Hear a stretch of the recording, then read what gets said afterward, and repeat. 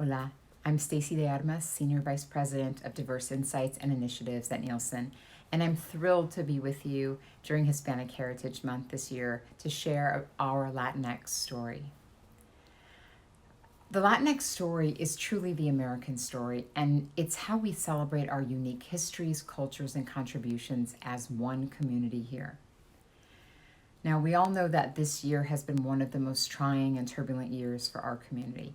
But if you remember, it didn't start that way. Looking back, it's almost unbelievable that it was just 7 months ago in February when Shakira and J-Lo made history as the first two Latinas to headline the Super Bowl halftime show, one of television's biggest events, alongside other Latino superstars, J Balvin, Bad Bunny. And that celebration of Latino culture was delivered to more than 100 million viewers on one of the world's largest stages. And it's really just one example of the upward trajectory of our community. That momentum has spanned well beyond entertainment to include Latino wealth building, educational attainment, and a truly greater representation and visibility of Latinos and Latino culture in politics and media. And the truth is, you can't think of young America or even millennials without thinking about the Latinx community. Currently, we represent 19% of the population of the US, and the Latinx community has accounted for more than half, and I'll repeat that, more than half of the population growth of this country since the year 2000. And that is to say that of all of the population growth that occurred in the US, Latino community contributed more than half, 53% roughly. And what's fascinating about that is not only are we expected to continue contributing more than half, but by the year 2060, nearly 1 in 3 people in the US will identify as Latino. Anywhere you go, the influence of our 62 million is evident. Now, we are behind the massive use and growth of social media, the rise of tech adoption among newer communities and among our young communities, and everything from music to entertainment to politics and sports. Hispanics, young and old, have had a significant influence on new American culture. And the truth is, the Latinx community, and I mean all of us, of course, we know we're not a monolith. Each of you listening today, you know that we all hail from different cultures that have rich backgrounds and traditions that are uniquely our own. And while we celebrate our unique individual cultural traditions, we also must recognize that we do have a shared U.S. Hispanic experience growing up here, being raised here. Whether you're Cubana or Mexicana or Dominicana or Peruana, we can go on and on.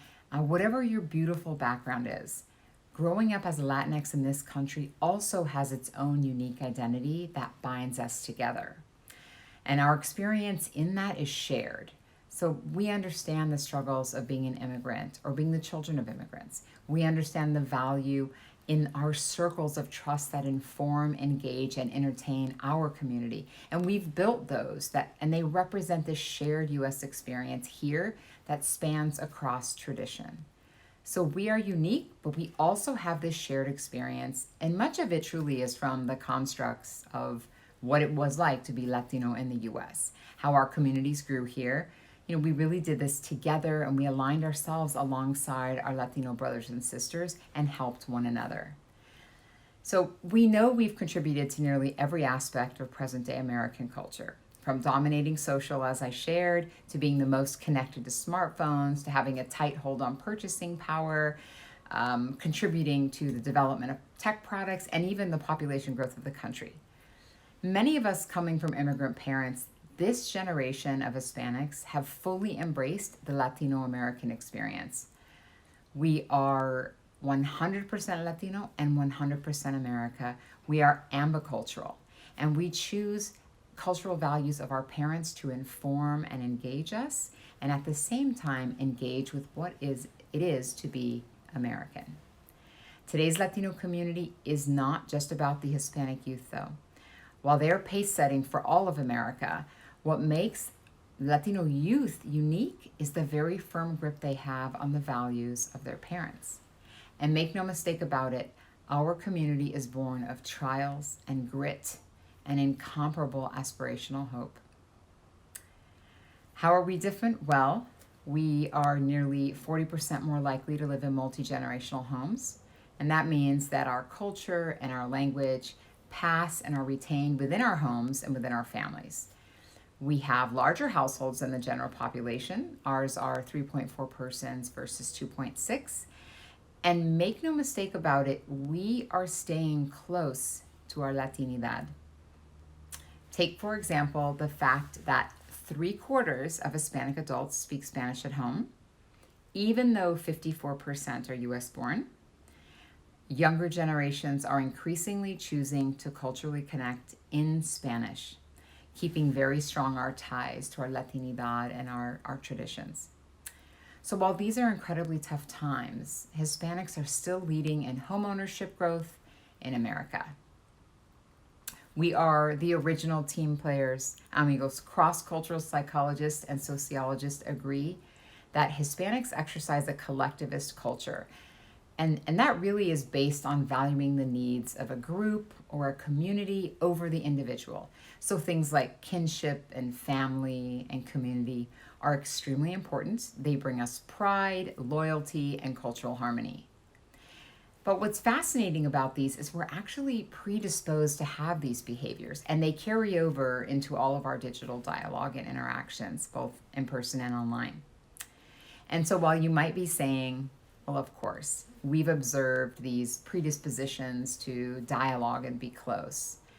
But did you know that these are really cultural pillars, which means that this emphasis on collectivity and harmony and cooperation are who we are in real life.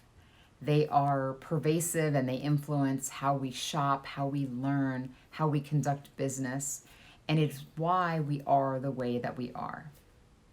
It's also contributing to why we keep climbing as a community together, right? Examples of that are all around us. For example, this is the 4th year that Hispanics have increased our rate of homeownership, I mentioned, accounting for 63% of net homeownership gains. In 2019, a 5th consecutive year of income growth, increasing to a median of $55,720. And even during the tragic impacts of the pandemic, as of August 2020, Hispanics still have a higher labor force participation rate of nearly 66% compared to just 58% of non-Hispanic white. So that tells you that our community is resilient and we turn to one another in times of need to inform, engage, and to learn. But let's zero in for just a minute on this year in particular, and among all the things that our community has weathered, border separations, the fate of DACA recipients, let's specifically talk about March 2020 as coronavirus began to alter life in the US for everyone. The Hispanic community really started to feel the impacts of job losses, disproportionate healthcare access, and strains on our in-person social networks. And we understood that there are cultural and structural and systemic inequities that influence how our community is weathering this storm. So when we explored these, we learned that 76% of Hispanics in the labor force had attained at least a high school diploma. But when you look closer, only 21% of Hispanics 25 and older in the labor force had a college diploma or higher. And we know that a higher level of education is generally associated with a higher likelihood of employment, thus the availability of health insurance and lower likelihood of unemployment. Individuals with higher levels of education are more likely to be employed in higher paying jobs, such as those in management, professional, and other related occupations. And those are the sectors that were least affected by coronavirus job losses.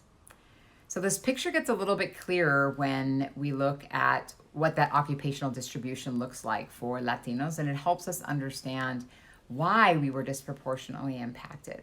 41% of employed whites work in that management, professional, and related occupations, which is the highest paying occupational category, compared to just 22% of Hispanics. So it helps us start to understand why our community is facing such tough times.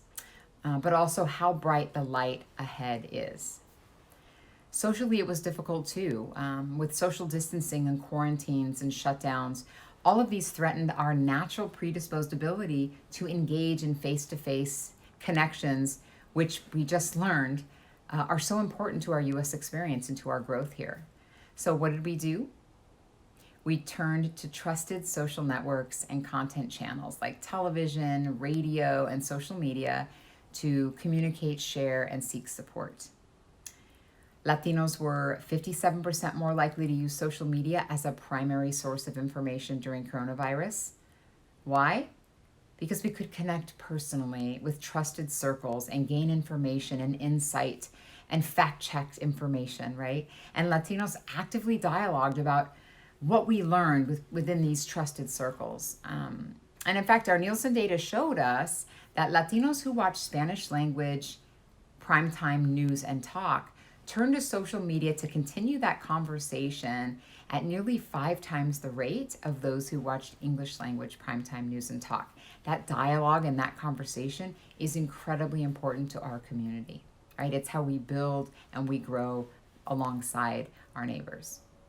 And we saw these types of behaviors, this increase, this amplification of social dialogue all across media, whether it was TV or streaming or subscription services, even in radio. And in fact, in-home radio listening increased for Hispanics from 29% in March to 39% in April. And nearly half of Hispanics told us that their favorite radio host made them feel less concerned and panicked and left alone. Those personal connections equal trust in the Latino community. And those social networks in our community represent the links, the shared values, and the understanding that enable our community to build and to grow. Latinx in tech, Latinas in tech, and the organizers of this event, their values are action for our community. Gracias for having me. Nielsen is honored to be here. We have more data and insights at nielsen.com/Latinos. Have a beautiful and valuable conference. Adios.